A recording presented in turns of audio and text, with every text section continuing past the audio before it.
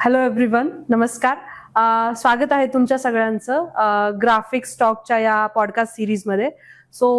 ग्राफिक्सच्या या पॉडकास्ट सिरीजमध्ये आज जे गेस्ट आहेत त्यांची मी तुम्हाला ओळख करून देते. मिस्टर पंकज रत्न पारखी, जे एका नामांकित कंपनीमध्ये टीम लीडर या डेझिग्नेशन्सवरती आहेत आणि ते ग्राफिक्सचे स्टुडंट आहेत. वेळ जास्त न वाया घालवता आपण आपला हा पॉडकास्ट सुरू करूया. So let's begin it. Hi, कसा आहेस? थँक्यू. मस्त, एकदम मस्त. पंकज, आम्हाला सगळ्यात आधी तुझ्याविषयी जरा जाणून घ्यायला आवडेल की तू कुठला आहेस प्रॉपर आणि तुझं एज्युकेशन काय झालंय. मी बेसिकली प्रॉपर माजलगावचं आहे, डिस्ट्रिक्ट बीड, औरंगाबाद रिजन. आणि अबाउट माय एज्युकेशन तर BE मेकॅनिकल आणि MTech मेकॅनिकल डिझाईनमध्ये केलेलं आहे कम्प्लीट, कॉलेज ऑफ इंजिनिअरिंग उस्मानाबादमध्ये. आणि फ्रॉम 2015 करंटली मी डिझाईनमध्ये काम करतोय, from small scale to the आता सध्या OEM मध्ये काम करतोय. ओके. मुळातच माझा हा प्रश्न आहे की तू जसं इंजिनिअरिंगला जायचा निर्णय घेतला, पण मेकॅनिकल इंजिनिअरिंग चूज करण्यामागे, कारण इंजिनिअरिंगच्या बऱ्याचशा ब्रांचेस आहेत की ज्या अवेलेबल आहेत, पण तू मेकॅनिकल चूज करण्यामागचं काय रिझन होतं? I think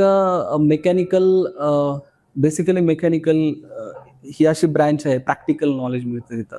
so mechanical is a much more very practical branch. आणि we have very scope of creativity in the mechanical engineering. त्याच्यासोबत if you choose the mechanical engineering, then what happens, there are a lot of doors will open for all the industry. Like it may be a aerospace industry, automobile industry. It is some of a component development in agriculture industry, then energy sector. Nowadays mechanical engineers are becoming a expert of electrical due to the whatever the sector, electric EV sector is going. So हे जे काही sector आपण check करतो, त्यामुळे हा scope जर बघितला तर rather than the all branches, mechanical has a huge scope. Okay, म्हणजे तुझं असं थोडक्यात म्हणणं आहे की मेकॅनिकल इंजिनिअरिंग जर केलं तर तुमच्यासाठी सगळ्याच क्षेत्रामध्ये तुम्ही काम करू शकता, म्हणजे एव्हिएशन असू देत किंवा एरोस्पेस असू देत, EVs आहे. ओके, म्हणजे mechanical only not for automobile, आपण बाकी पण सेक्टर आहे, जसं मशीन डेव्हलपमेंट आहे. Okay, lot of automation is here, robotics are here. So हे सगळं जर बघितलं तर rather than the other sectors, other branches, mechanical has a huge scope. Yes. जसं की तू मेकॅनिकल इंजिनिअरिंग चूज केलंस, मग ग्राफिक्सला अप्रोच करण्यामागे, म्हणजे तू कसं ग्राफिक्सला इंट्रोड्यूस झालास? ऍक्च्युली मी 2015चा पास आउट आहे. And to be very honest, ग्राफिक्सला एक surprisingly I join this graphics technology. Basically जेव्हा आम्ही पास आउट झालो, then we got a chance to give an interview, campus interview, and the company was from Pune location, MNC company. आणि during त्या particular प्रोसेसमध्ये म्हणजे ती particular location आणि ती जी काही पोझिशन होती, it was for production engineering support. But डिझाईनमध्ये इंटरेस्ट होता, that's why I approach them to give an opportunity for working in a design department. But eventually we discuss with them, आणि आम्हाला त्यांनी सांगितलं की you have to learn something more, you go in the depth for the design and make a foundation of a design engineering. तर तिथं समजा rejection झालं समजा, अँड आफ्टर देन परत एकदा मार्केटमध्ये येऊन स्ट्रगल आहे जॉब सर्च करण्यासाठी. बिकॉज ॲट दॅट टाइम आम्ही जेव्हा 2015ला झालो, तेव्हा खरंच त्यावेळेला मेकॅनिकलला एवढं काही जॉब्स ऑपॉर्च्युनिटीज नव्हत्या ज्या आज आहेत, बिकॉज ऑफ EV और what ever it may B. Okay, तर त्यावेळेला इट मीन्स आम्ही स्वतः भरपूर मित्रांना बघत होतो की they are struggling to get a job at least in any industry to begin their career. So during that we visited a lot of companies, MIDC आम्ही पूर्ण फिरून आलो. But what is the scope, it means the scope in design जो काही आहे तो other than branches और other than डोमेनमध्ये नाही आहे. हे जेव्हा फील झालं, then I convince to my friends also, Akshay आणि निखिल, आम्ही सगळेजण सोबतच होतो. Then I convince to them की आपण काहीतरी जरा बघावं लागेल. आणि देन इव्हेंच्युअली शिवाजीनगरच्याच एरियामध्ये त्या दिवशी होतो आम्ही. I search the best class. Okay, म्हणजे तू सर्च केलंस की बेस्ट क्लास फॉर डिझायनिंग किंवा best class for CAD training. So तुला सुरुवातीला ग्राफिक्सचं नाव दिसतं. Yes, graphics. बरोबर आहे. अँड आम्ही विजिट केलं. So we visited here and at the same time Kishore More sir was there आणि ते एन्क्वायरीज घेत होते. Okay. So he explain very well the scope of a design. म्हणजे आपण आता हे 2015चं बोलतो. म्हणजे 2015ला पण जेव्हा तू जसं आता आपण म्हणतो की ग्राफिक्स गुगलवर तुम्ही जर पहिल्यांदा सर्च करताय की बेस्ट कॅड इन्स्टिट्यूट, तर सुरुवातीला जसं ग्राफिक्सचं नाव येतं तसं तर ते 2015ला पण दिसत होतं. करेक्ट. Really good thing. आणि ही एक्सप्लेन व्हेरी वेल की scope of a design, importance of a design in आणि growth, then other things. So this express us also and we eventually next day we have decided to admit in this class. Okay. So Pankaj, माझा एक प्रश्न आहे की म्हणजे तुला एवढ्या वर्षांचा अनुभव आहे, डिझाईन इंजिनियर म्हणून तू काम केलंस बऱ्याच नामांकित कंपन्यांसोबत, पण एक असतं ना की डिझाईन इंजिनियर होण्यासाठी एक गोष्ट असली पाहिजे त्या माणसामध्ये, तर ती नेमकी काय आहे ते सांगू शकतोस का तू? Basically forcefully we cannot enter into the design. Okay, there are a lot of examples of my friend also की ते जॉब साठी चांगला जॉब मिळवून डिझाईन मध्ये आले, but they are not able to capable when they are entering into the industry because expectation from the design is a very huge. तर ती capability जी जर एखाद्यामध्ये असेल किंवा इंटरेस्ट असेल basically, then they can enter into the design. Okay. So basically म्हणजे इंटरेस्टचा जर आपण इलॉबरेट केला, फ्रॉम बेसिक थिंग्स मध्ये म्हणजे एखाद्याचं माइंड असतं की he has some ideas, innovative things he can develop. So if anyone has an interest for innovative or innovation or they want to create something new, then they can enter into the design. Okay. आता जसं तू सुरुवातीलाच सांगितलंस की 2015 मध्ये तू graphics मध्ये course enroll केलास. मग थोडं तू कुठला कोर्स घेतला होता, काय डोमेन, किंवा तुझी थोडक्यात जर्नी सांगता येईल का की तुझी कशी जर्नी होती ग्राफिक्स मध्ये? आत्ताच सांगितल्याप्रमाणे आम्ही पूर्ण सिलेबस आणि what ever the scope, okay, जे आपण सिलेबस तुमचा जो सिलेबस अंडरगो केला आम्ही तो प्रॉपरली, आणि after then we have decided to take an admission for diploma in CAD. Okay. त्यात कटिया, येस, त्यावेळेचा डिप्लोमा इन कॅड, बरोबर, हा तो 3 ह्याचा सेट होता. अँड मुळात तू म्हणजे जे काही निवडलं होतंस, जे काही सॉफ्टवेअर्स, सो तेव्हा डोमेन मध्ये जायचं, याच डोमेन मध्ये आपल्याला जायचं? ऍक्च्युली ह्याच्या मागची एक हिस्ट्री आहे, कारण बेसिकली हा डिझाईनचा जो इंटरेस्ट आहे सॉफ्टवेअरचा, ओके, म्हणजे फ्रॉम आवर चाइल्डहुड ऑल्सो थोडं स्केचिंग आणि याच्यामध्ये इंटरेस्ट होताच. पण जेव्हा आम्ही इंजिनिअरिंग मध्ये ऍक्च्युअली गेलो त्यावेळेला we got an opportunity for such classes organize by our college, and तिथनं वी केम टू नो की the meaning of a line, curve, point, it has a some specific meaning in the design. It means आपण आतापर्यंत काहीतरी काढलं, but इथे प्रत्येक ह्याला एक मिनिंग असतो. It has a creative meaning, definitions असतात त्यामध्ये. सो तो ऑलरेडी बॅकअप होतच, आणि it naturally drags me towards the design. आणि इव्हेंच्युअली जे काही इंडस्ट्री रिक्वायरमेंट आहे त्या इथे कुठेतरी फुलफिल होताना दिसल्या होत्या. सो आम्ही तो क्लास जॉईन केला, आणि आफ्टर देन डिटेलमध्ये इथे शिकायला भेटलं आम्हाला की what exactly the requirement of a industry, म्हणजे इंडस्ट्रियल टूल रिक्वायरमेंट, तर कटिया टूल असो किंवा क्रिओ किंवा AutoCAD, whatever it may be. And also we got a proper training of a technically as well as practical use of tools. Okay. So हे जे काही भेटलं इथे ग्राफिक्सला, so it makes, I think आता पण तेच कंटिन्यू आहे ग्राफिक्सला. So it helps to build the foundation, design foundation for the student. Yes.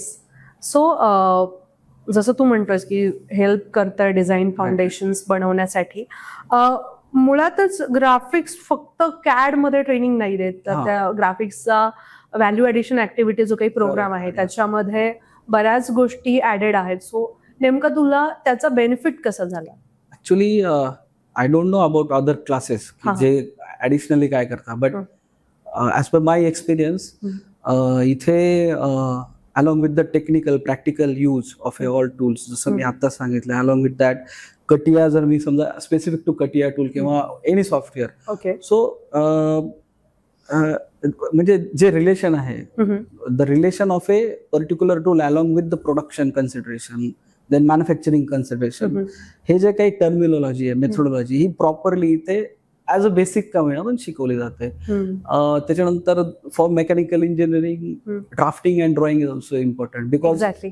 anyone, it means if someone is an expert to design a CAD model but he is not able to translate that 3D into the 2D properly, exactly. then that design it is somewhat invalid or it may go into the failure. हा, म्हणजे जर फक्त तुम्ही drafting करताय तर मग तुमच्यामध्ये आणि देर इज अ ह्यूज डिफरन्स. आणि Yes. मला एक क्वेश्चन पण विचारायचा आहे पॅरलली, की एका ड्राफ्ट्समॅन मध्ये आणि एका डिझाईन इंजिनियर मध्ये त्या दोघांना वेगळं करणारी एक थिन लाईन असते.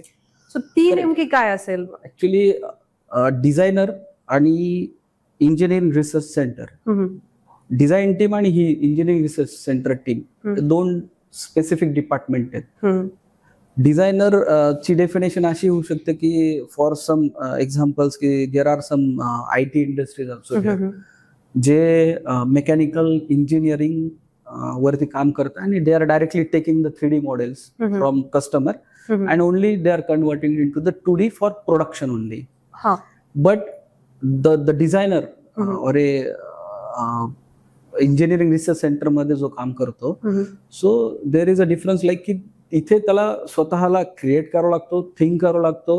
You have to check the feasibility of that particular model and after then till to the production, testing, validation, ही सगळी जर्नी एका इंजिनियरला, डिझाईन इंजिनियर मे बी कोणी असू देते, जर तो ह्या रिसर्च मध्ये काम करत असेल, research and development, design and development ह्याच्यामध्ये, तर ही तिथे जर्नी आहे.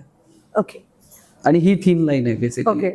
म्हणजे फक्त कॉपी पेस्ट मध्ये थोडंसं व्हॅल्यू ऍडिशन करणं आणि थ्रूआउट पूर्ण रिस्पॉन्सिबिलिटी ओनरशिप घेऊन कंपोनंट डेव्हलप करणं, हा त्यामधला फरक आहे. ओके. म्हणजे तुम्ही जे सांगताय की ड्राफ्ट्समॅन म्हणजे काय की थोडंफार ऍडिशनल करून ते कन्वर्ट करून आणि जी लोक R&D मध्ये काम करतात किंवा इंजिनिअरिंग आणि डेव्हलपमेंट डिपार्टमेंट मध्ये काम करतात, सो त्यांना कॉन्सेप्ट बिल्डिंग पासून ते अगदी एंड प्रोडक्ट पर्यंत काम करावं. Okay, that is making a different. Customer ची जी काही कंप्लेंट्स असते ती सुद्धा ultimately report to the design if there is a design related issues. Okay. ते पण आपल्याला सगळं ह्या फील्डमध्ये येतं समजा. मग ह्या म्हणजे तू जसं सांगितलंस की CAD सोबत बऱ्याच ऍक्टिव्हिटी ग्राफिक्स मध्ये होतात, तर नेमकं कुठल्या ऍक्टिव्हिटीज तुला इलॅबरेट करता येतील का? ऍक्च्युली आता आय थिंक नाउअडेज, म्हणजे आमच्या वेळेस पण होतं, but nowadays graphic is continuously focusing to give advanced training like plastic product design, interior trim design, BIW design, then advanced GD&T, how it is applicable on the drawing. It means drafting or a drawing जर tolerances आणि dimensions शिवाय असेल then it is does not having any meaning. म्हणजे part आपण चांगला develop जरी केला तरी जर तो अंडर टॉलरन्स नाही आला तर तो फेल होऊ शकतो. सो ती प्रॉपर ट्रेनिंग आय थिंक इथे मिळते आपल्याला ग्राफिक्स मध्ये. And also along with that experience guest lectures, then face to face interview practices specific to the mechanical designer beginning level la, CAD tool test.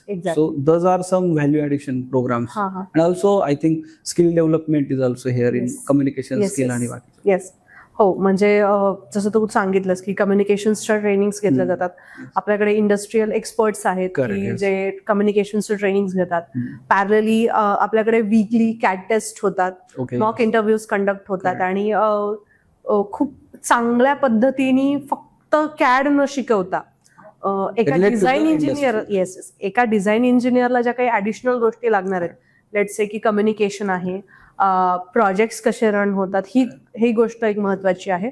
ह्या गोष्टींवरती काम करायचं का जी ग्राफिक्स मध्ये पद्धत आहे की फक्त CAD शिकवून कॅन्डिडेट प्लेस करण्याऐवजी त्याला CAD सोबत अजून काही डिझाईन इंजिनियर बनण्यासाठी जे काही गोष्टी गरजेच्या आहेत त्या ग्राफिक्स मध्ये फोकस देऊन आपण त्याच्यावरती काम करतो. Yes correct. I think same thing we witness also. So तू ग्राफिक्स मध्ये ऍडमिशन घेतलं, तुझं ट्रेनिंग कम्प्लीट झालं, व्हॅल्यू ऍडिशन ऍक्टिव्हिटी थ्रू ज्या काही आपण प्रोसेस कंडक्ट करतो की जसं मॉक इंटरव्ह्यूज म्हणू देत, कम्युनिकेशन ट्रेनिंग म्हणू देत, GD&Tचं स्पेसिफिक ट्रेनिंग म्हणू देत, coming to mechanical engineering similar आपण सिव्हिल इंजिनिअरिंग, इलेक्ट्रिकल वेगळ्या ज्या ज्या सेक्टरमध्ये ग्राफिक्स ट्रेनिंग देते त्याच्यात आपण सेम ऍक्टिव्हिटीज रन करतो. पण सगळ्या गोष्टी फिरून शेवटी येतात जॉब्स वरती. तर तुझा पहिला जॉब तुला कसा मिळाला? Actually first job that is your dream job और तुझी जी ड्रीम कंपनी होती तो कसा मिळाला? इन 2015 जेव्हा आम्ही क्लास कम्प्लीट केला and we build our design foundation, then I got a chance from graphics technology. जसं ग्राफिक्स कमिट करतं की तुम्हाला प्लेसमेंट येस करेक्ट. मिळेल. So to face an interview in one of the small scale industry and तिथे I got a first job. And after then also I in the touch with the graphics team, and eventually after half or 1 year I got a call from graphics team that there was an interview on one of the MNC company specific to the design oriented company, core company, and they have submitted my resume आणि CAT test पण crack झाली, then technical round पण crack झाले. So I think that was a turning point की whatever currently I'm in one of OEM, तर तिथे जाण्यासाठी that company was the important turning point होता. म्हणजे आपण असं म्हणू शकतो की ग्राफिक्सने जसं कमिट करतात की तुम्हाला प्लेसमेंटचे कॉल्स पण मिळतील, त्याचबरोबर life time placement assistant, life time तुम्ही ट्रेनिंग्स करू शकता. सो हे फॉलो होतं ग्राफिक्स. म्हणजे आफ्टर गेटिंग जॉब ऑल्सो आपण जर कंटिन्युअसली टच मध्ये असू तर डेफिनेटली प्रॉपर रिस्पॉन्स आहे. येस. आता तू जसं सुरुवातीला सांगितलंस पंकज की लाईक तुझा पहिला जॉब जो काही होता तो स्मॉल स्केल इंडस्ट्रीमध्ये होता, आणि आजचं जर आपण जनरेशन बघायला गेलो तर आजच्या डेटला सुरुवातीला सगळ्यांनाच MNCs मध्ये जॉब्स हवे. सो तू काय ऍडवाइस करशील की नेमकं काय असलं पाहिजे, जर म्हणजे तुझा अनुभव काय आहे? करेक्ट. हा I think it is a specific question. सध्याची जर आपण मेंटॅलिटी बघितली तर yes definitely everyone wants huge salary job, proper reputed company, but जे म्हणजे इव्हेंच्युअली समजा एक अपॉर्च्युनिटी भेटली, आय थिंक ती ग्रॅब करायला पाहिजे. एनी ऑर्गनायझेशन तिथे आपल्याला स्किल मिळणारच. So specific to big organisation किंवा specific to the big salary हे ओरिएंटेड नसता.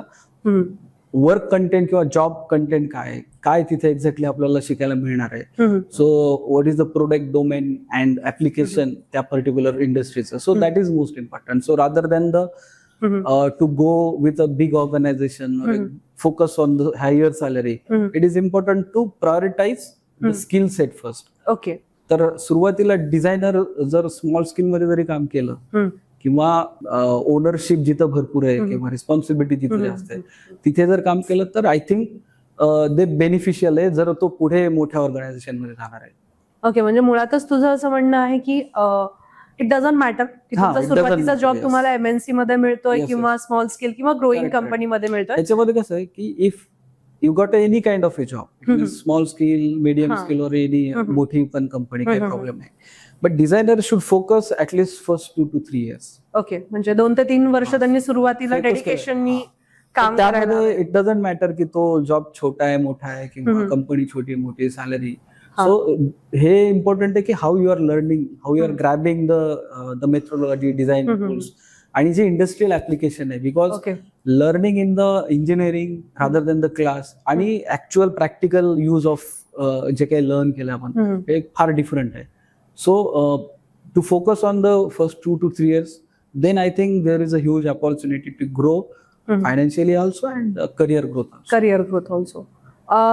पंकज, आता आपण जर बोलायला गेलो की तू जे काही जॉब्स केलेत किंवा जे काही तू ट्रेनिंग्स घेतलंय ग्राफिक्स मधून, ग्राफिक्स जसं सुरुवातीला ट्रेनिंग दिल्याच्या नंतर पहिल्या जॉब्स नंतर पण जसं पहिल्या जॉबसाठी जसं ट्रेन करतात तसं तिथून पुढे पण जे काही आपण life time placement assistant through ज्या काही ऍक्टिव्हिटीज रन करतो किंवा जे काही आपण प्लेसमेंटचे कॉल्स देतो त्याचं एक्झॅक्टली म्हणजे तुला किती बेनिफिट झालाय? म्हणजे ऍक्च्युली ह्याच्यामध्ये पर्सनल एक्सपिरियन्स सांगतो. जसं मी आता सांगितलं स्मॉल स्केल मध्ये मी जॉईन केलता, but definitely I want to focus to go in the core design team, core design organisation.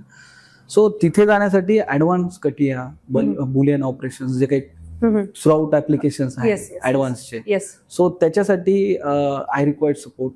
Okay. Okay, extra. The support system Ha, graphics right, yes. is be with you Correct. for your placement and Correct. lifetime placement. So they continue, I think, जर if you are approaching to the graphics, then definitely they will support. म्हणजे आपण असं म्हणू शकतो की म्हणजे हा. 2015ला तू admission घेतलं होतं Yes. आणि आता आपण 2025 मध्ये आहोत. Yes, जवळपास गेल्या 10 वर्षात तू ग्राफिक्सच्या correct, yes. जर्नीमध्ये तू I experience personally Yes. the growth of graphics. Yes yes Right? Maybe from humble beginning to the trusted organization. Yes yes yes obvious. आता ह्या सगळ्या प्रश्नांसोबत एक महत्वाचा प्रश्न आहे की बरेच जे स्टुडंट्स आहेत किंवा जे भावी डिझाईन इंजिनियर म्हणून जे स्वतःचं करिअर पाहत आहेत की Correct. त्यांना स्पेसिफिक डोमेन्स मध्येच ट्रेनिंग हवंय, तर मग तुझं काय मत आहे की सुरुवातीला डायरेक्टली डोमेनसाठी त्यांनी प्रिपेअर करायला हवंय का सुरुवातीला त्यांनी स्वतःवरती आधी काम करायला पाहिजे, कोर डिझाईन मधले जे काही इंटरनल जे काही कॉन्सेप्ट आहेत Correct. त्या कॉन्सेप्टवर बिल्डिंग करायला पाहिजे का डायरेक्टली काही जणांचा अप्रोच असतो की आम्हाला डायरेक्टली याच सेक्टरमध्ये जॉब हवाय, तर तुझं काय मत आहे तुझ्या अनुभवानुसार की काय त्यांनी किती कुठे थांबलं पाहिजे, किती वेळ तिथे दिला पाहिजे आणि मग त्यांनी पुढच्या एका स्टेपसाठी गेलं पाहिजे? ऍक्च्युली ह्याच्यामध्ये कसं आहे की first of all the journey म्हणजे आपण आत्ताच्या स्टेजला असं ठरवू शकत नाही की जर्नी आपली फक्त इट मीन्स मला फक्त इंटेरियर मध्ये जायचंय आणि मी फक्त सर्फेसिंग करणार, बाकीकडं म्हणजे स्कोप नाही करणार, तर तसं काही नाही आहे. It means in interior design also म्हणजे ट्रिम डिझाईन, कारचे जे काही आपण इंटेरियर पार्ट्स डिझाईन करतो तिथे सुद्धा आपल्याला BIW चा सपोर्ट लागतो, म्हणजे बॉडी ट्रिम लागतं. Exactly. Then also in same design we required wire harness designing knowledge also. In same design we required ducting, HVAC system design also. So all the branches, it means all the domains of a design are interlinked with each other, because if you are building a vehicle, if you are designing the vehicle, then interfaces, integration of all parts are important. So त्याच्यामध्ये असं काही नाही की हे domain छोटे किंवा हे domain मोठे. So if you have a good opportunity then don't think about the specific domain. Yes, definitely will list out 1 2 3 4, पण त्याच्यामध्ये लवकरात लवकर एंट्री करणं that is also a matter. It means if you have 3 to 4 opportunities with your hand, then you can decide की नाही मला फक्त TRIMS मध्ये जायचंय किंवा मला फक्त BIW मध्ये जायचंय, झासी मध्ये जायचंय, or it may be other like aerospace or any industries. But असं but there are in it means सगळ्याच इंडस्ट्रीमध्ये स्कोप आहे. येस, मशीनिंग डिझाईन मध्ये पण स्कोप आहे, रोबोटिक्स मध्ये पण स्कोप आहे. म्हणजे तुझं मुळात म्हणणं आहे की तुमचं जे डिझाईन इंजिनियरची जर्नी आहे तर त्याची सुरुवात फक्त डोमेन पुरती लिमिटेड नका. आणि टाइम लाईन पण महत्वाची. It means you are waiting for your dream job for 2 to 3 years. Then your early phase is get complete. It means तुमचा तो पिरियडच कम्प्लीट होतो जिथं तुम्ही अर्ली फेज मध्ये लर्न करणार. किंवा कंपनीचे एक्सपेक्टेशन पण असतात की पास आउट होऊन समजा फॉर एक्झाम्पल 3 years झाले but still you don't have any job, then it will be a dumb, like तो एक्सपिरियन्स पूर्ण डम गेला. मग काही फेक वगैरे एक्सपिरियन्स देऊन लोक जॉईन होतात, but then they will expose. तर त्याच्यापेक्षा क्विकली स्टार्ट करायचा, आफ्टर देन तुम्ही प्रिपेअर पण करू शकता. फॉर एक्झाम्पल मी जिग्स अँड फिक्चर मध्ये सुरुवात केली, but within 1 year I shifted to the core design. Okay, म्हणजे तुझं मुळात म्हणणं असं आहे की स्पेसिफिक डोमेन्स वरतीच मला जॉब करायचा, याच्यासाठी न थांबता आता ज्या काही तुम्हाला अपॉर्च्युनिटीज मिळत आहेत त्या अपॉर्च्युनिटी घेऊन तुम्ही स्वतःच अपलिफ्टमेंट करत राहा, जेणेकरून बाय डिफॉल्ट एका स्पेसिफिक ड्युरेशन नंतर तुमचं जे काही करिअर आहे किंवा जे काही तुम्ही कंपनी किंवा ज्या डोमेन मध्ये तुम्हाला काम करायचंय त्याच्यात तुम्हाला स्कोप मिळेल. ओके पंकज, याच्या बरोबर आता एक तू टीम लीड करतोयस, मोठ्या कंपनीमध्ये तू ऍज अ टीम लीडर म्हणून काम करतोयस. तू जेव्हा तुझ्या टीम मध्ये रिक्रुटमेंट करतो, so apart from technical things, okay, काही बिहेवियरल पण गोष्टी असतात की ज्या आपण इंटरव्ह्यू मध्ये चेक करतो की बाबा असं असं आपल्याला हवंय, तर याच्यात कुठला एरिया आहे जो तुला हायलाइट करायला आवडेल की या गोष्टी पण कन्सिडर्ड असतात विथ अ टेक्निकल थिंग्स?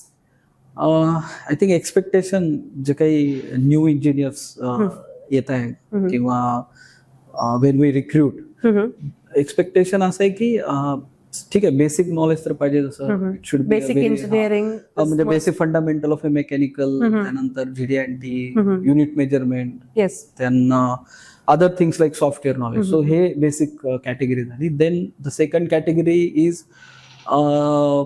आपलं presentation skill, that is also most important. It means professional behaviour ही एक कॅटेगरी आहे ज्याच्यामध्ये प्रेझेंटेशन स्किल येतं, कम्युनिकेशन स्किल येतं, and how the designer is connect, that is also very important. म्हणजे for example, if anyone has a very good idea in their mind, he has a very good innovative एक गोष्ट आहे समजा, किंवा एक innovative design त्याच्याकडे, but he is not able to express, he is not able to communicate to the team, whatever the manager, it may be कोणती जी काही कोर टीम आहे, देन ती जी काही स्किल पाहिजे ते पण इम्पॉर्टंट आहे. तर presentation is most important, and after then the attitude is another category. Sometimes कसं आहे की एंट्री लेवलला विथ अ फुल एक्सपेक्टेशन आपण जॉईन करतो, but company expectation and what is the it means आपलं फाउंडेशन म्हणा, भरपूर डेल्टा असतो. तर तो डेल्टा आपण जेव्हा एंट्री लेवलला विदिन 2 months or 3 months आपण जेव्हा ऍक्च्युअल काम करतो त्यावेळेला there are some negative feedbacks also. म्हणजे मॅनेजर आपल्याला सांगतो की अरे हे चुकीचं आहे, हे असं कर, किंवा there are some company pressures also, because company works on a time line. They don't know की तुम्हाला नॉलेज आहे का नाही, मॅन पॉवर आहे का नाही. So they require a time line, within that specific time line they have to हे करा.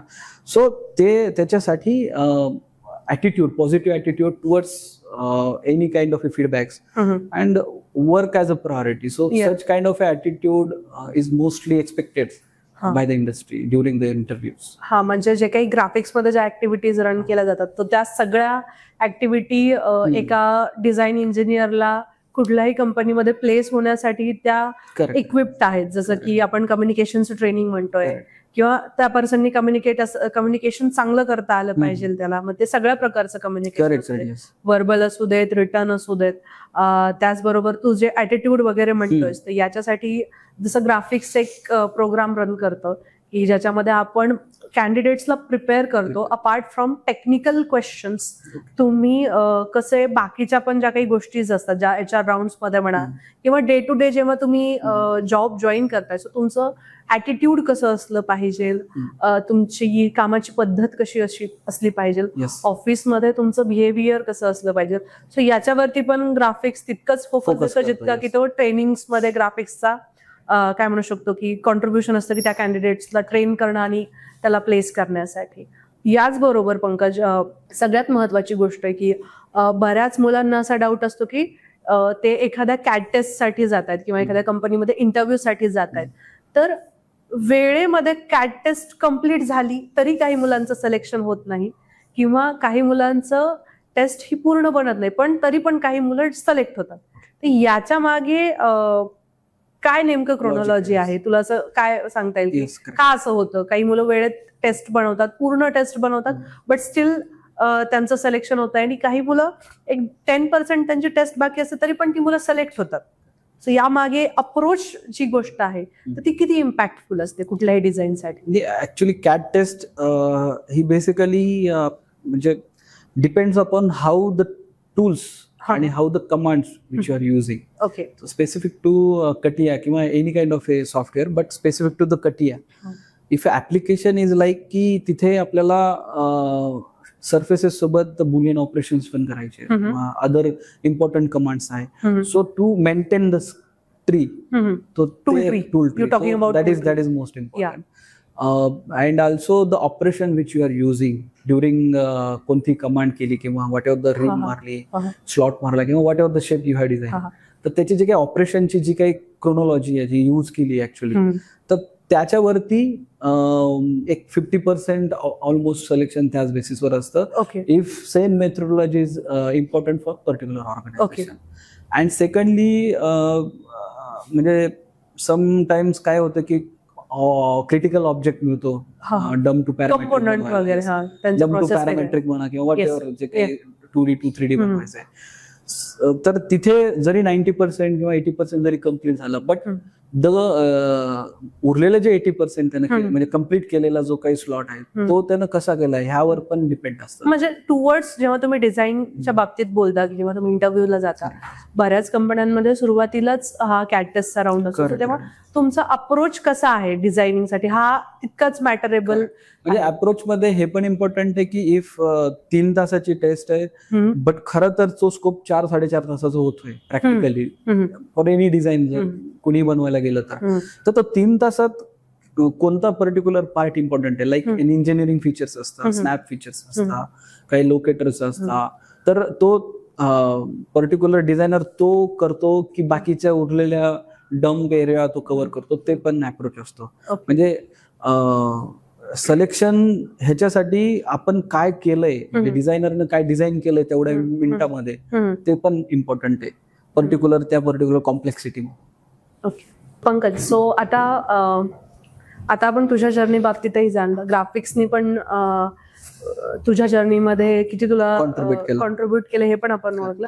आता थोडंसं आपण बोलूया की जसं आता तू एका कंपनीमध्ये काम करतोय ॲज अ टीम लीड म्हणून, तर ही जी काही येणारे डिझाईन इंजिनियर्स म्हणून जे काही आता येणारे पुढचे जे डिझाईन इंजिनिअरिंगचे स्टुडंट्स आहेत, तर हे यांनी डिझाईन चूज करताना कुठल्या गोष्टी लक्षात घ्यायला पाहिजेत? कारण प्रत्येक इंजिनियर, एक नॉर्मल इंजिनियर आणि डिझाईन इंजिनियर मध्ये खूप फरक असतो. ठीक आहे, मग अशा काही ज्या गोष्टी आहेत की ज्या डिझाईन इंजिनियरला वेगळं डिफाईन करतात, तर ह्या कुठल्या गोष्टी आहेत जे तुला सांगायला आवडतील? आय थिंक इट मीन्स आपण जेव्हा एनी स्टुडंट जेव्हा एंट्री करतोय किंवा ट्राय करतोय इंटरव्ह्यू देण्याचा, तर बेसिकली आता हा एक टॉपिक आहे जो सीव्ही प्रिपरेशन किंवा what exactly you have to add in to the CV. Okay, तो ह्या क्वेश्चनला थोडं इकडे मी वळवतो, कारण हे पण इम्पॉर्टंट आहे की what exactly you are added in your curriculum matter, resume मध्ये काय एक्झॅक्टली ऍड करताय, आणि against that what you are preparing. तर त्याच्यामध्ये कंपनी आणि ह्याच्या व्यतिरिक्त कंपनी ओरिएंटेड काय तुमचं नॉलेज आहे, सो ते पण इम्पॉर्टंट आहे, along with the CATIA skill किंवा सॉफ्टवेअर स्किल, ऍडव्हान्स स्किल वगैरे. आणि if you are going to tool test, if you crack the tool test, then the next will be the आपला interview, face to face interview. So तिथे positive attitude is most important. Then I said की sometimes communication जरी plus minus असलं तरी you should be a proper explainer. म्हणजे तुम्हाला तो particular topic जो तुम्ही रिझ्युमे मध्ये मेन्शन केला, लाईक फॉर एक्झाम्पल जरी नॉलेज नसलं तरी you have added like DFA, DFS, DFMEA, so you are able to give a proper answer at least. हा, म्हणजे जे तुम्ही काही रिझ्यूम मध्ये मेन्शन करताय ते तुम्हाला व्यवस्थित एक्सप्लेन करता आलं पाहिजे. अदरवाईज नसेल नॉलेज तर सरळ काढून टाकायचं, काही एवढं त्याच्यामध्ये हे नाही. म्हणजे तुझं म्हणणं आहे की जे आपल्याकडे स्किल सेट आहे तोच आपण रिझ्यूम मध्ये मेन्शन करायला हवा, जेणेकरून इंटरव्ह्यूअरच्या पण लक्षात येईल की याला जर आपण रिक्रूट करतोय तर त्या पर्टिक्युलर ह्याच्यावरूनच, it means during that particular आपला इंटरव्ह्यू आहे आणि based on what you mention on the resume, त्याच्यावरतीच ऑलमोस्ट सिलेक्शन होतं. इट मीन्स की तुम्ही काहीतरी फेक एक्सपिरियन्स दाखवलाय and you are not able to explain properly की मी इथे हे काम केलंय, definitely interviewer can directly capture की हे असं फेक आहे. सो ते स्किल पण महत्वाचं आहे एका एंट्री लेवल इंजिनियरला. ओके, जसं आता आपण म्हणतोय की डिझाईन इंजिनियर्स जे काही आता येणारी जी काही डिझाईन इंजिनिअरिंगची जनरेशन आहे किंवा जे काही आता पास आउट झालेली मुलं आहेत, जी आता वेगवेगळ्या सेक्टर्समध्ये ते पाहत आहेत की ह्या सेक्टरमध्ये पण करिअर आहे, त्या सेक्टरमध्ये पण करिअर आहे, पण जर एखाद्याला डिझाईन चूजच करायचंय सेल्फ अनालिसिस करून, तर त्यांनी कुठल्या गोष्टी टिक मार्क करायला हव्यात की जर माझ्याकडे मला या गोष्टीत इंटरेस्ट आहे आणि तोच पर्सन डिझाईन मध्ये त्याचं करिअर बिल्ड करू शकतो. सो अशा काही 1-2 गोष्टी आहेत त्याच्या की तुला सांगता येतील की जर तुमच्यात ह्या गोष्टी असेल तर for sure design is made for you.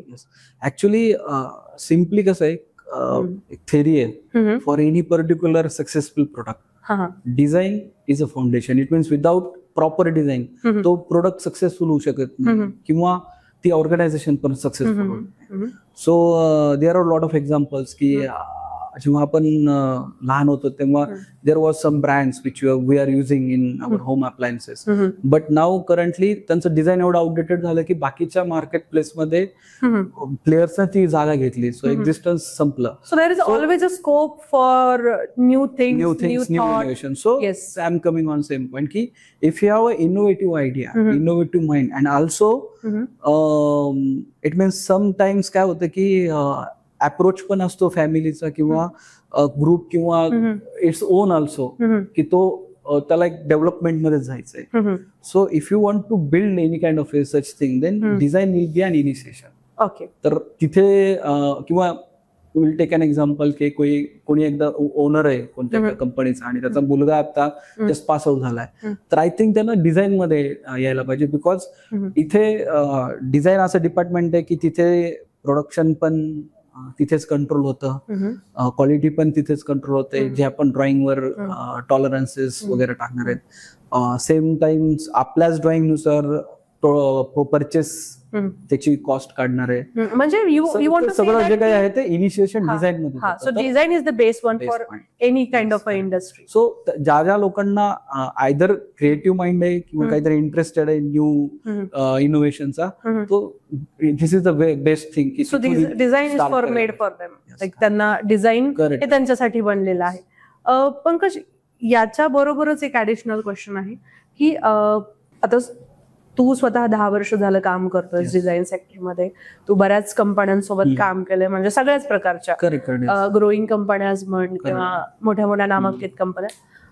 आवाका किती आहे डिझाईन इंजिनिअरिंगचा, स्कोप केवढा आहे? म्हणजे आता जसं सांगितलं की सगळं जे काय ते शेवटी डिझाईन मध्ये येतं. म्हणजे इश्यू जरी आला, that is the base one. Issue जरी आला, एखादा पार्ट जरी फिट नसेल होत, तर शेवटी तो क्वालिटीवरनं सप्लायर कडून जातो, सप्लायर कडनं शेवटी डिझाईन मध्ये जातो. तर ऍक्च्युअली स्कोप खूप ह्यूज आहे डिझाईनचा.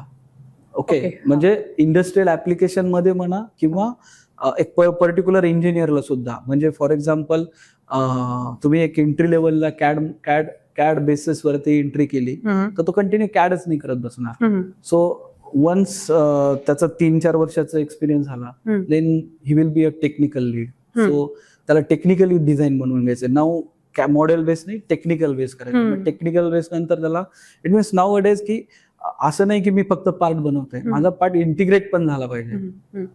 As will take an example की कारचा, तर तो कारमध्ये कसा बसतोय, इंटिग्रेशन काय. तर आता ह्या लेवलला म्हणजे मॉडेल, टेक्निकल आणि नाव इंटिग्रेशन. तर ह्याच्या नंतर सुद्धा स्कोप आहे इंडस्ट्रीमध्ये की तुम्ही अप्रोच कसा करू शकतो, म्हणजे convincing to the customer also. That is also design important. So you want to say like designing engineer is जर आपण design engineering beginning of level of your engineering career म्हणू शकतो. So that take you to the highest step of in your career. म्हणजे तुम्ही सुरुवातीला design मध्ये काम करताय तर तुम्ही पुढे चालून कुठल्याही क्षेत्रामध्ये जाऊ शकतो. You will become expert because you know the actually core of that particular industry or the domain. आता पंकज, जसं आता आपण बोललो की ह्या सगळ्या गोष्टी तर आहेत, पण बऱ्याच अशा गोष्टी आहेत की ज्याच्यामुळे काही जे स्टुडंट्स आहेत ते अवेअर नसतात त्या गोष्टींच्या बाबतीमध्ये. तर तुझं ऍज अन एक डिझाईन इंजिनियर म्हणून काय मत आहे की आता बऱ्याच अशा गोष्टी आहेत की बॉन्ड कमिटमेंट असते बऱ्याच कंपन्यांमध्ये, किंवा बॉन्ड म्हणण्यापेक्षा एक कमिटमेंट म्हणू शकतो की ऍटलिस्ट तुम्ही 2 वर्ष थांबायला पाहिजे, लॉकिंग पिरियड म्हणू शकतो आपण त्याला. तर हे का इम्पॉर्टंट आहे आणि मुलांनी ह्याला कुठल्या दृष्टीने बघायला पाहिजे?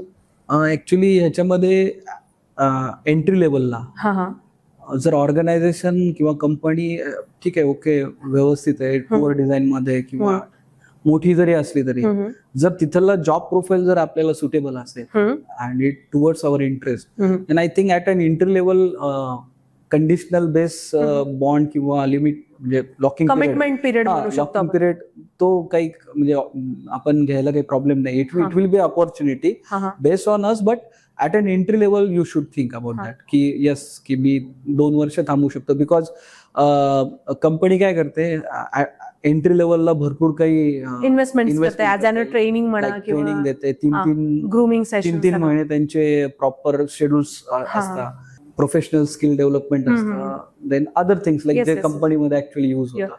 तर ते तिथे ग्रॅब करायला पाहिजे, जाऊन म्हणजे बॉन्ड असेल तरी हरकत नाही, बट ऍटलीस्ट 2 years तर आपण द्यायलाच पाहिजे ॲट इनिशियल.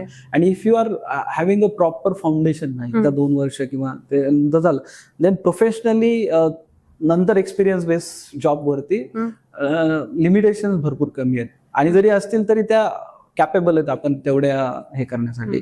तर अप्रोच पॉझिटिव्ह असला पाहिजे बॉन्ड विरुद्ध, म्हणजे बॉन्डच्या अगेन्स्ट. बट त्या पर्टिक्युलर ऑर्गनायझेशनचं वर्क म्हणजे ऍक्च्युली वर्क काय आहे किंवा जॉब प्रोफाईल काय आहे आणि तिथं काय स्किल मला मिळू शकतात हे अनालिसिस करून वी कॅन एंटर.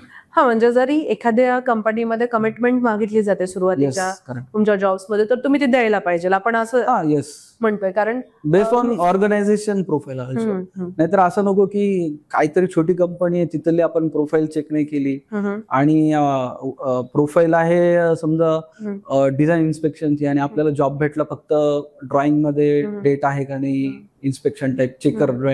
तर हे असं नको व्हायला. तो work scope is most important. Work scope पण तितकाच महत्वाचा आहे.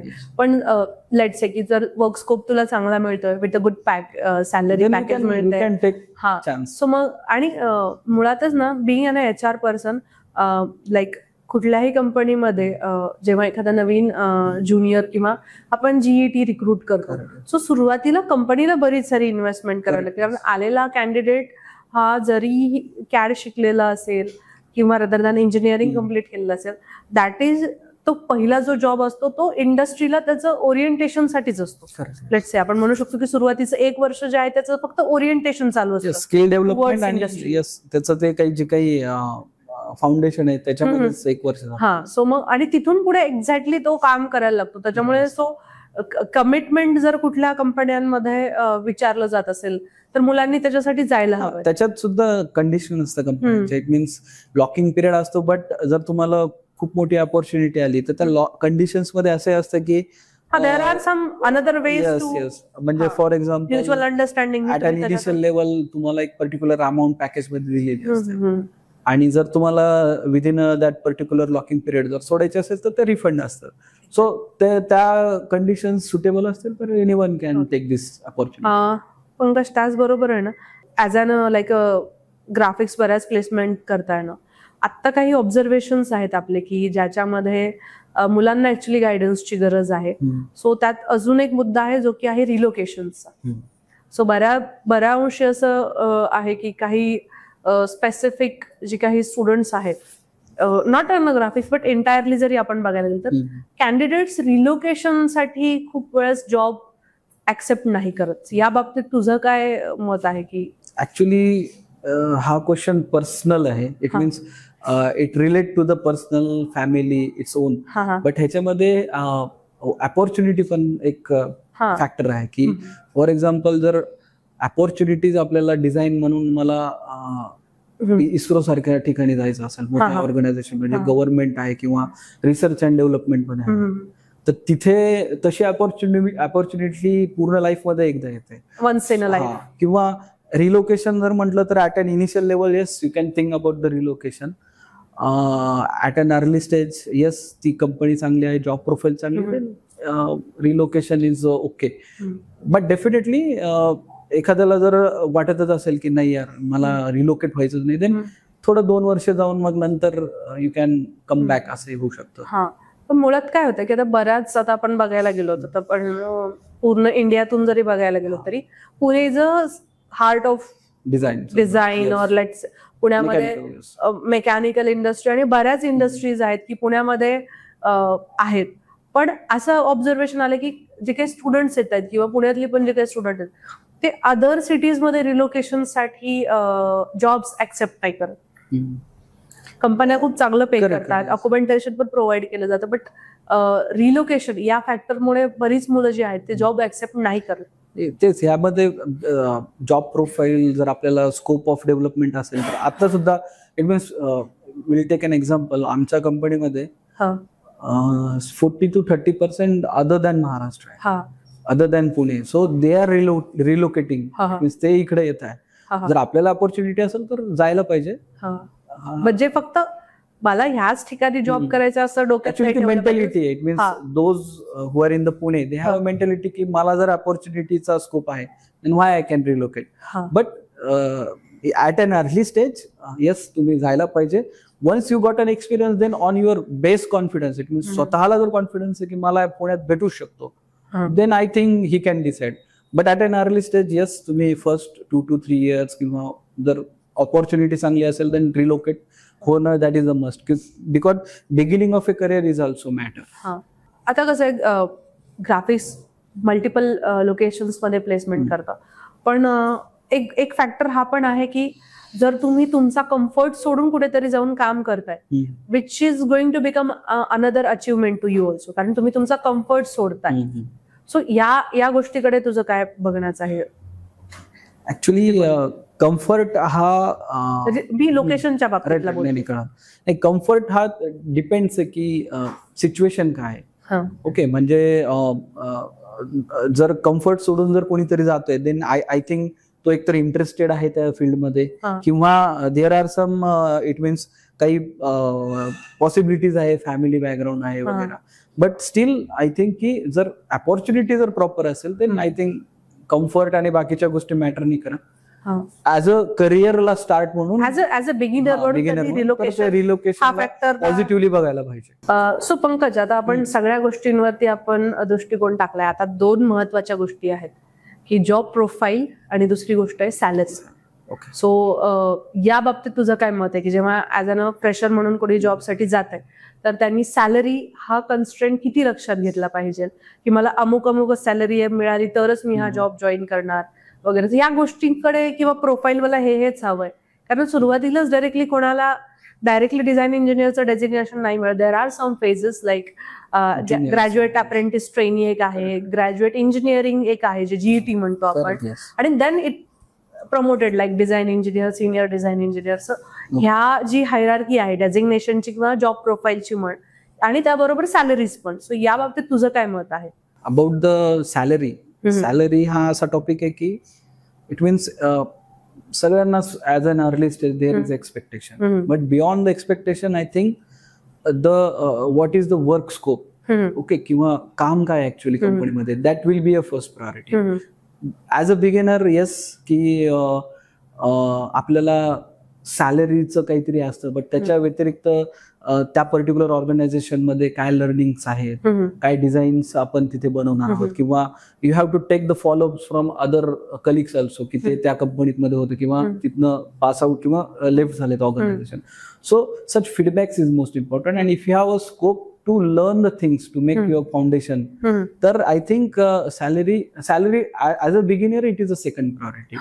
And about the job profile, तर आताच मी सांगितल्याप्रमाणे जॉब प्रोफाईल पेक्षा त्या पर्टिक्युलर जॉब प्रोफाईल साठी वर्क कंटेंट काय आहे, ऍक्च्युअल तिथे गेल्यानंतर सकाळपासून एंड ऑफ द डे पर्यंत throughout particular year what is my exact role, तर ते एक इम्पॉर्टंट आहे. जसं एक्झाम्पल दिलं मी की मी गेलो इन्स्पेक्शन डिझाईन इन्स्पेक्टर म्हणून, as a design inspection team मध्ये काम करतोय, पण माझं फक्त काम आहे की ड्रॉइंग काढणं, फक्त पार्ट नंबर आहे का किंवा रिव्हिजन आहे का हे चेक करणं, then that will be a डम.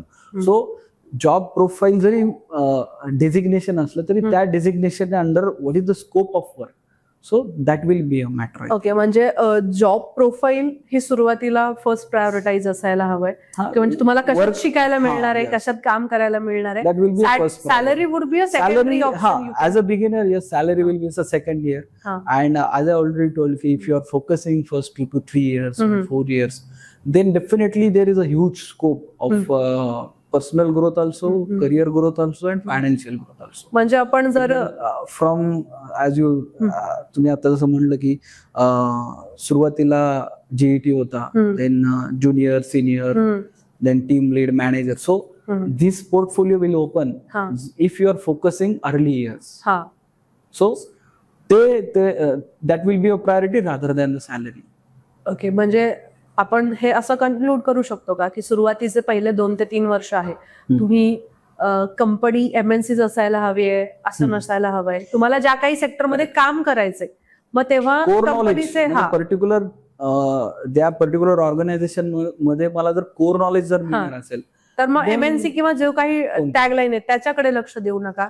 सॅलरी एवढीच मिळायला हवी असा अट्टहास धरू काही नका गरज नाहीये की तुमचा, कारण की एकदा जर बेसिक फंडामेंटल क्लिअर झाले आणि if you are having a confidence की जी काही आपण पर्टिक्युलर डेव्हलपमेंट करणार आहोत किंवा जे काही डिझाईन आपलं स्कोप आहे त्याच्यामध्ये जर तुम्ही एक्सपर्ट झाला then definitely company will hire without any condition. It means त्यांच्यातला तेवढा जो काही क्रायटेरिया आहे तो तुम्हाला डायरेक्टली मिळणार आहे. So salary as a beginner थोडंसं साईडला ठेवून अप्रोच टू द वर्क हे इम्पॉर्टंट आहे. पंकज, आज जसं आपण हा पॉडकास्ट रन करतोय, आपल्याकडे आज काही ग्राफिक्सचे स्टुडंट्स पण आहेत की जे पण उत्सुक आहेत की काही क्वेश्चन्स त्यांच्याकडे आहेत की ते पण भावी डिझाईन इंजिनियर आहेत आणि या सेक्टरमध्ये येण्यासाठी त्यांनी त्यांची तयारी ऑलरेडी सुरू केली आहे. त्यांनी ग्राफिक्समध्ये ऍडमिशन्स घेतलेले आहेत, त्यांचे कॅडचे ट्रेनिंग चालू आहेत, पॅरलली त्यांना प्लेसमेंट पण मिळणार आहे. पण प्लेसमेंट मिळवताना काय गोष्टी त्यांच्या डोक्यात आहेत, काय त्यांचे डाऊट्स आहेत, तर ते सॉल्व्ह करण्यासाठी आज आपल्या इथे काही स्टुडंट्स आहेत. सो ते तुम्हाला 1 by 1 क्वेश्चन्स विचारतील. क्वेश्चन्स म्हणण्यापेक्षा त्यांच्या ज्या क्युरीज आहेत त्या विचारतील. सो आपण त्या हायलाइट एकदा करूया. मला असं विचारायचं आहे की जेव्हा आपण म्हणजे डोमेन शिकतो त्यानंतर आपल्याला टेक्निकल नॉलेज किती इम्पॉर्टंट असतं ते बनवताना, म्हणजे आम्हाला डिफिकल्टी येते जेव्हा आम्ही प्रोडक्ट बनवतो, मीन्स पार्ट बनवतो. I think technical knowledge is म्हणजे इसेन्शियल आहे त्या पर्टिक्युलर डिझाईनसाठी टेक्निकली. बिकॉज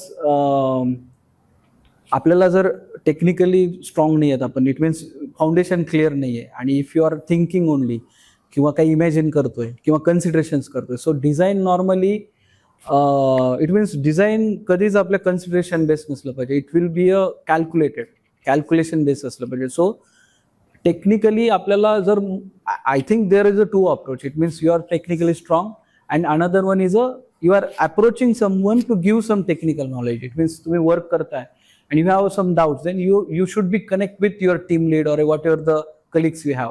For example, एखादं तुम्ही प्लास्टिक पार्ट बनवताय आणि ते थिकनेस किती द्यायची जेणेकरून पुढे जाऊन मॅन्युफॅक्चरिंगच्या वेळेला आपल्याला टुलिंग डिफेक्ट नाही आला पाहिजे. So such kind of a critical experience बेसवरती आपल्याला हे क्रिटिकल पॉईंट्स आपल्याला येतात. But at an early stage either you self learning करून आपण ती ग्रो करायला पाहिजे और अप्रोच असला पाहिजे to connect with your team. And again की बाकीचं जर बघितलं तर टेक्निकल सोबतच प्रेझेंटेशन, जसं मी सांगितलं की तुमच्याकडे आयडिया आहे किंवा तुमच्याकडे तुम्ही आज डिझाईन बनवलंय but you are not able to present that thing. So technically आणि प्रेझेंटेशन पर्स्पेक्टिव्ह आपल्याला आत्ताच फाउंडेशन क्रिएट करायला पाहिजे.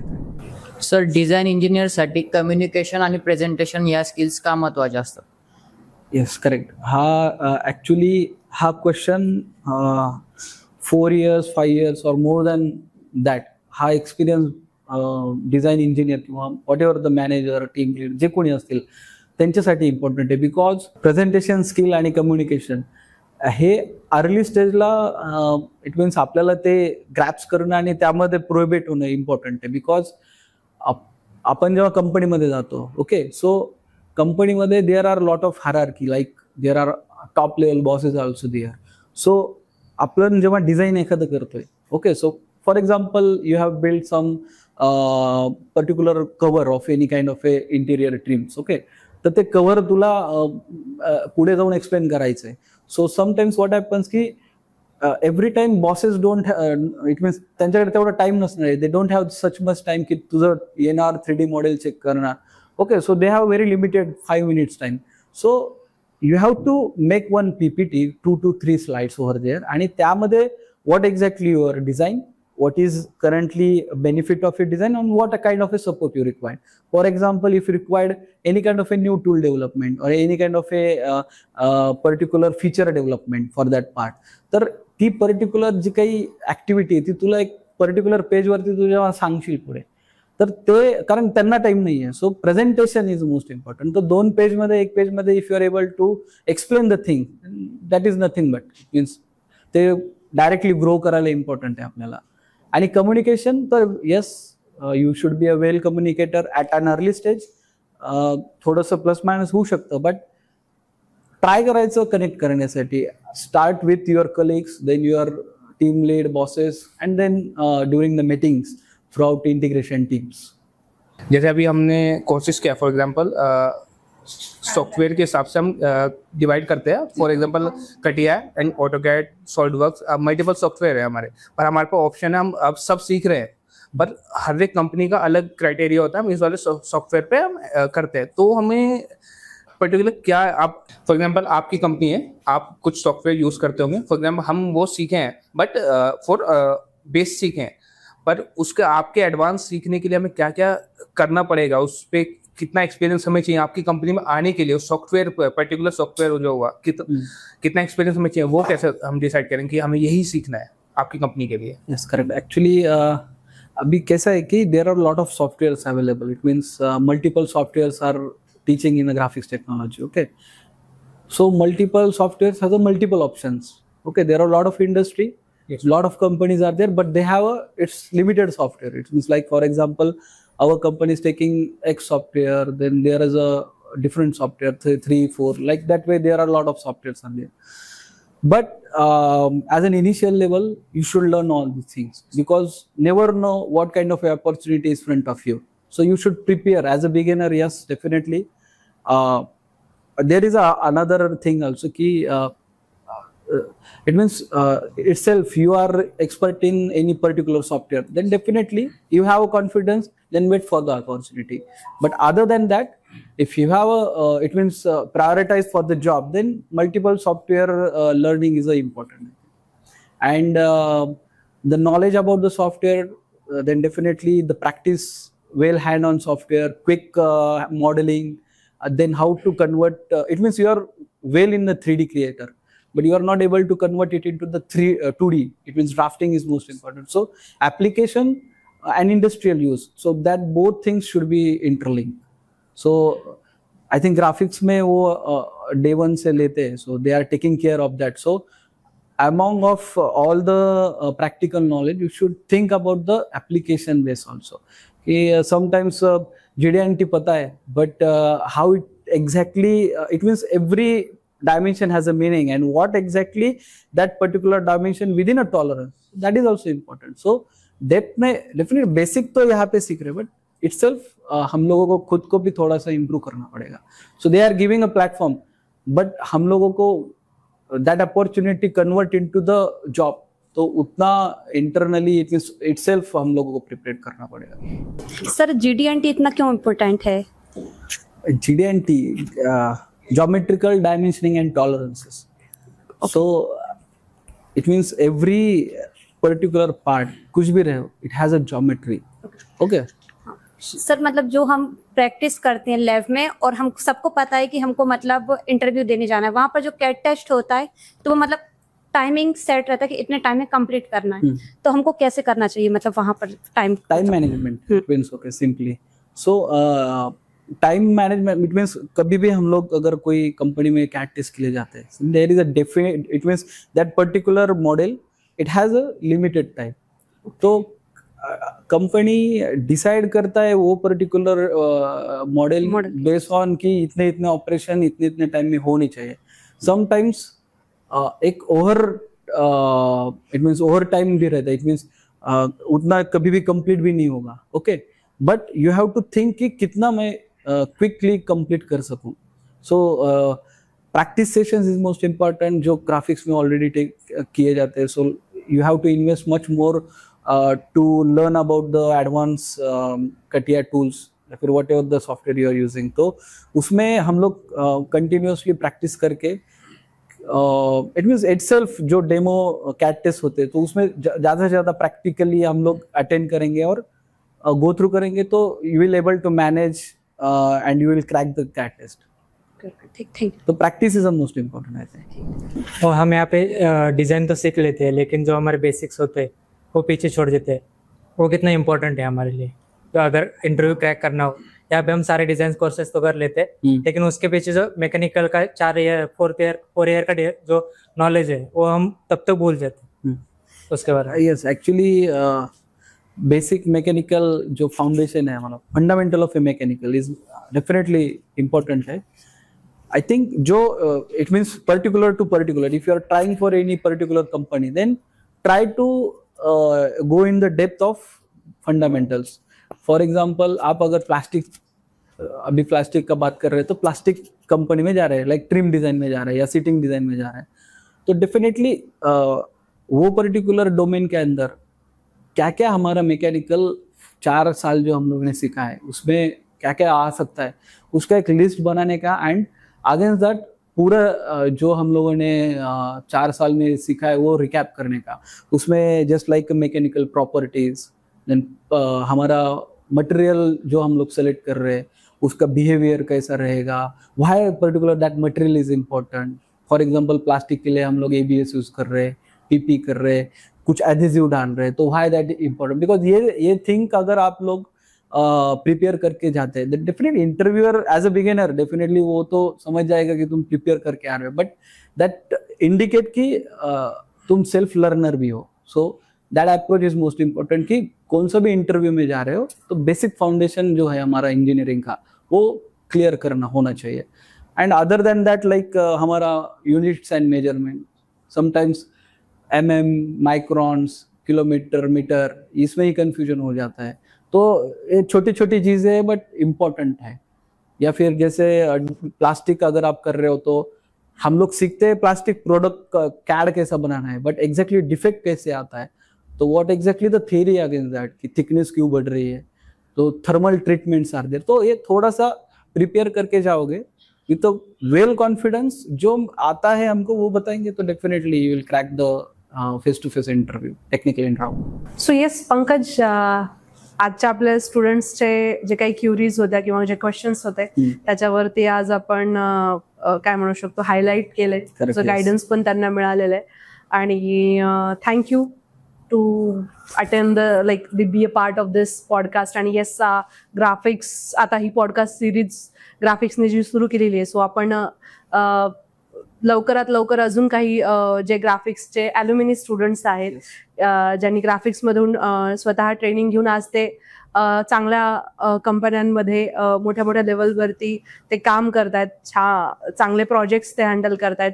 सो असे काही जे स्टुडंट्स आहेत ग्राफिक्सचे ते त्यांची जर्नी येऊन ग्राफिक्समध्ये शेअर करणार आहेत, जेणेकरून येणारे जे काही ग्राफिक्समध्ये जी काही इंजिनियर्स येतील इथून पुढे, सो त्यांना एक पाथ माहीत असेल की आपण ह्या गोष्टींवरती जर काम केलं, ग्राफिक्समध्ये आपण ऍडमिशन घेतलंय, which means that you already given a kick start to your career to get become a design engineer.